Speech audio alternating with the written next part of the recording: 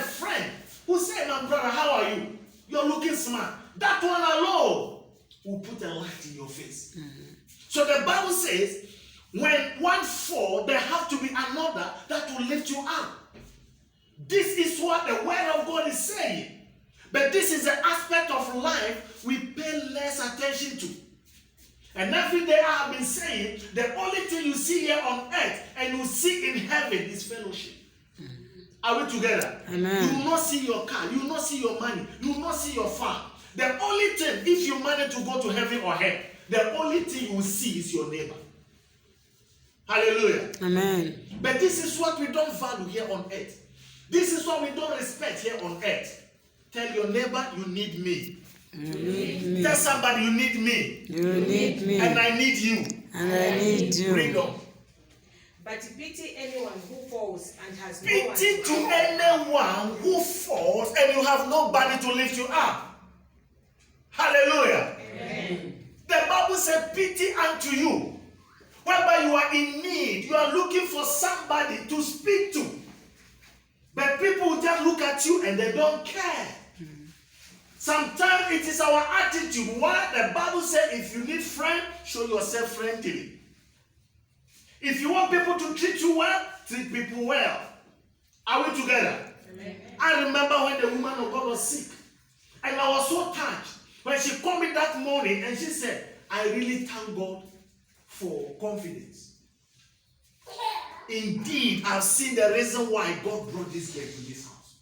I don't know what happened, but when she was in need, when she was sick, she realized that even if I had money in the bank, I need somebody. Amen. Tell your neighbor, you need people. You need people.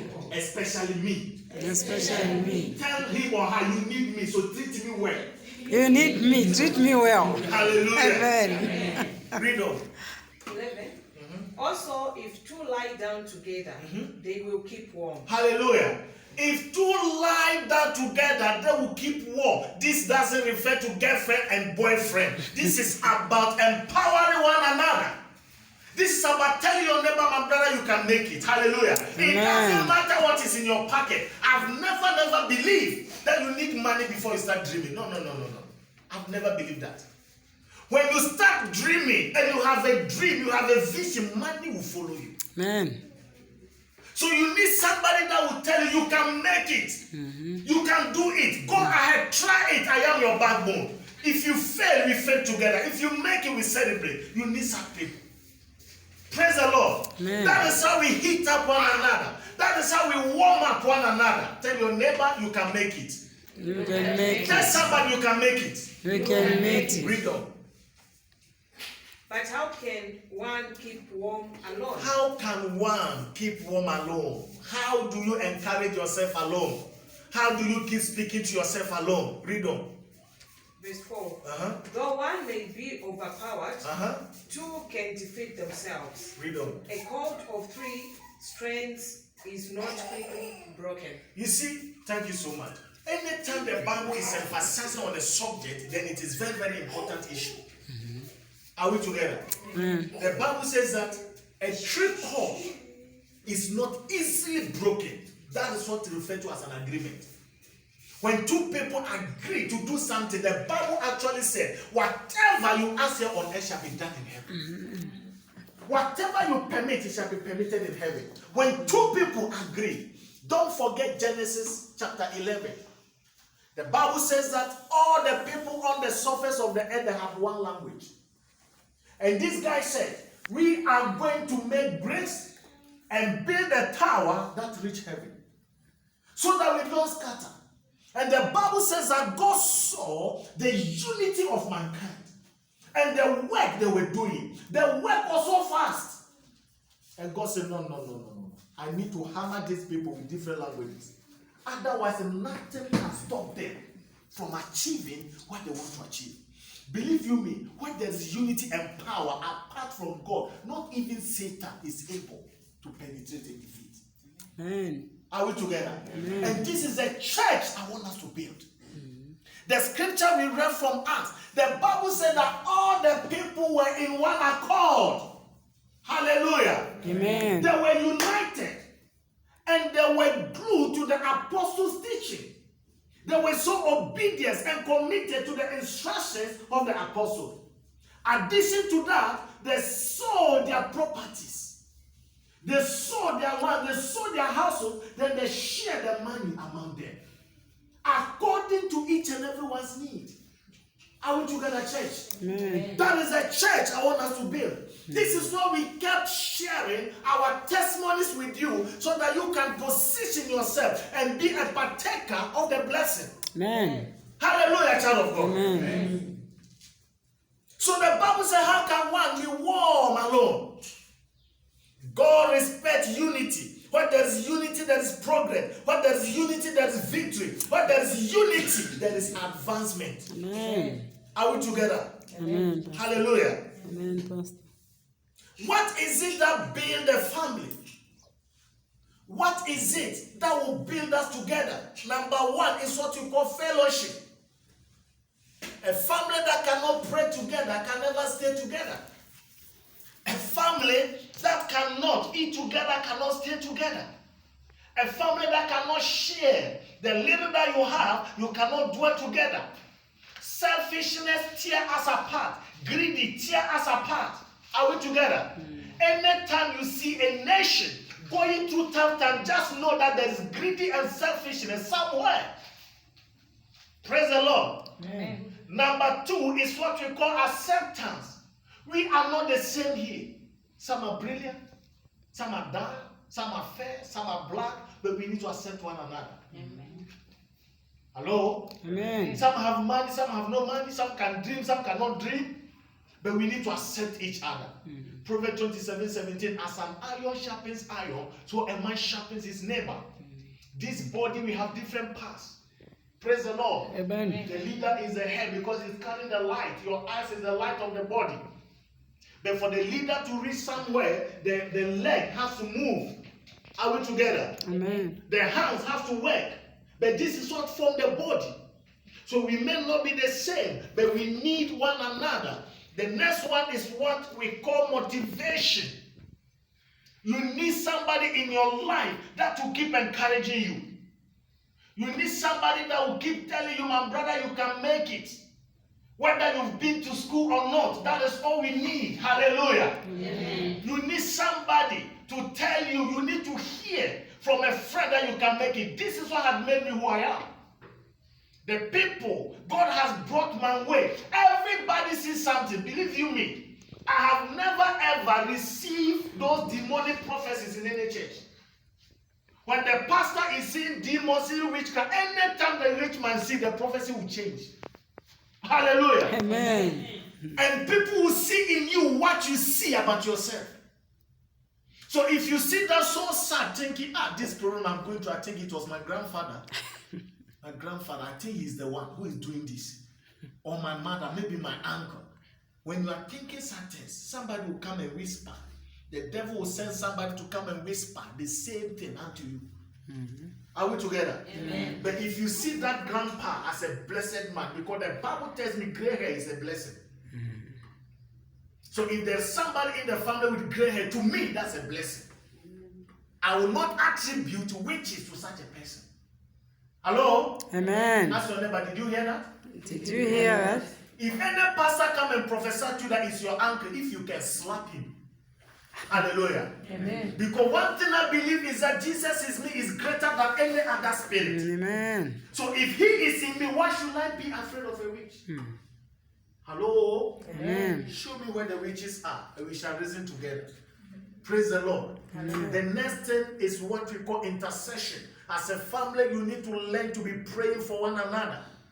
When you go on your knees, pray for divine power, pray for the project, pray for the members, pray for protection, pray for God's guidance, pray for wisdom for the people. Hallelujah. Then when we come here, we shall be in one account. Amen. Amen. Amen. The next thing is what you call love. You cannot accept somebody until you love them. Are we together? Amen. We cannot dwell together until there's a spirit of love in our ministry. And don't just come to church to show love. Show it where you are staying. Show it in the community. Show it in your homes. Because I've been saying in the church there are no Christians. The true Christians are where you are alone in your communities? Amen. How do you treat people? How do you speak to people? Praise the Lord. Our brother is here because of the way you received us that day. You remember? You were even cracking jokes and we were so excited. That is how we started telling him our story. We are pastors. Today he's part of the family. Amen. Amen. And God bless us, you're going to be part of the blessing. What if you were so angry? And that day I remember it was even time for Ishima, isn't it? If you had told us that, hey, family, just go. Me, I'm busy with my Ishima. Today you wouldn't be here. How do you treat people? How do you receive people? Hello? That is what matters. That is what defines you when you are alone. When that takes place, you begin to see that the family is increasing. Because the portion of scripture the woman of God read, he said, day in, day out, their number was increasing. Why? Because people were seeing the unity. Amen. People were seeing the affection. People were seeing the love. They were going out testifying that this church, when you come there, your knees are over. Amen. Your burden is lifted. Hallelujah. Amen. So fear was cast away. Nobody was in fear because they belong to a strong family. Praise the Lord. Amen. What do we see in Acts chapter 2 verse 42 to 47? We see honor. The Bible says that the members were dedicated to the apostles' teachings. So they were not only hearers, they were the doers of the word. Amen. And every week I try my best, even if you can buy talk time for somebody, 5 kwacha. I'm not talking about a wife or a husband or a daughter. No. Every week try to put a smile in somebody's face. How many of you will do that? Let me see your hands. From today, let me see your hands. Hallelujah. Try your best. Even if you don't, just send your neighbor SMS. That my sister, you are powerful. You are looking so great. Even if they are wearing those red jeans, just tell them you're looking so great that I don't like that jeans. Hallelujah. Amen. You have helped somebody. So they were so obedient. They were respectful to the apostles. And when it comes to the family, the Bible teaches us that obey your parents. Obey your guidance. Hallelujah. And it shall be well with you. They were united. There was joy in their midst. So when they come to church, there is that joy. Why? Because I'm going to meet Bana Praise. I'm going to meet Sally. I'm going to meet so and so. So there is that joy. 1 week becomes so long for you. Why? Somebody is missing in your sight. And there were miracles in their midst. What the woman of God is testifying here, these are miracles. Hallelujah. Which investor will give you money without signing documents? Have you ever heard that? We are having a meeting and after the presentation, just grab the phone, transfer money. Who will do that? What if you say we haven't received any money? Those are what we call miracles. That doesn't happen when there's unity in the spirit. When there's agreement in the spirit. Amen. When there's oneness, miracle will follow you. Amen. And I declare that sooner than later, divine power shall be working in constant miracle in the name of Jesus. Amen. They were caring for each other. There were no gossiping about each other. One thing I have learned in the body of Christ, when you see 2 believers clapping their hands, laughing, it means somebody's in trouble. Hello? Amen. Tell your neighbor that is not our portion. That's not our portion. Praise the Lord. Amen. They were sharing the little that they had. They were generous to one another. Generosity doesn't mean you take care of your wife and your husband. Generosity means you stretch your hands even to people who are not close to you. Are we together? Everybody has something to share. Everybody can help somebody. Amen. You don't know what it will mean to a young girl or a young boy in your community just to bless them with talk time 5 kwacha. There were results that were seen in the church that attracted so many people. Are we together? Why? Because they were in one accord. The church was without fear. The church was without panic. They were united and everyone is there for somebody. Hallelujah. Amen. Everybody is there for somebody. And this is what we wanted to build as divine power. That we wanted to be there for one another. I share with the woman of God even before we start this church that I don't want to run a church where it is only the pastor and the one that is driving. Hello? Amen. I don't want to run a church where we will raise funds and buy a jet for the pastor. I feel that money should empower you. Hallelujah. Amen. So that you can bring good tithe for us to empower other people. Amen. Hallelujah. Amen. Let's be the church that will put a smile in everybody's face. Amen. Not where somebody have no bread and somebody is sitting at Hungry Lion. That's not a church we want to build. But for us to reach there have to be a bond. And how do we build that bond? That's what we call fellowship. It doesn't only end here. Even as you go to your workplace, encourage your brother. Share the word of God with them.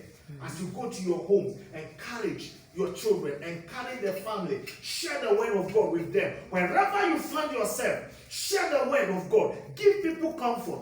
Give people hope. Give people assurance in the word of God. Build their spirit. That is how the family is built. Hallelujah. Amen. And when that happens, you don't need to invite people. They will automatically come and see the God you are worshiping. Amen. Divine power. This is a assignment I am giving us today. Praise the Lord. Amen. From today, if anybody come to you to gossip, tell them I am out of that chapter. I am in the chapter of building one another. Amen. Hallelujah. I am in the chapter of building souls. I am in the chapter of correcting brothers and sisters. Because nobody is perfect. We can only become perfect when we understand our weakness and decide to help one another. That is a church we want to build. When somebody is hungry, it should be our body. How do we put 5, 10 kwacha together and buy a bag of meal? I once belonged to a church, which I will not mention the name. And it is an event that I cannot forget. And there was this man who was so dedicated to this church. And this man fell sick. Eventually, he became part of our organization.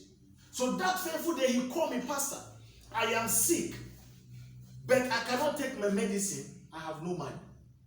And I was not having money at the same time. So what I did was that I called somebody from the church. I called this woman. I said, woman of God, have you heard that Mr. So is sick? He said, yes, we heard the news yesterday. I said, so what are you doing? It's okay. I can only share with the church when we go for prayer on Friday.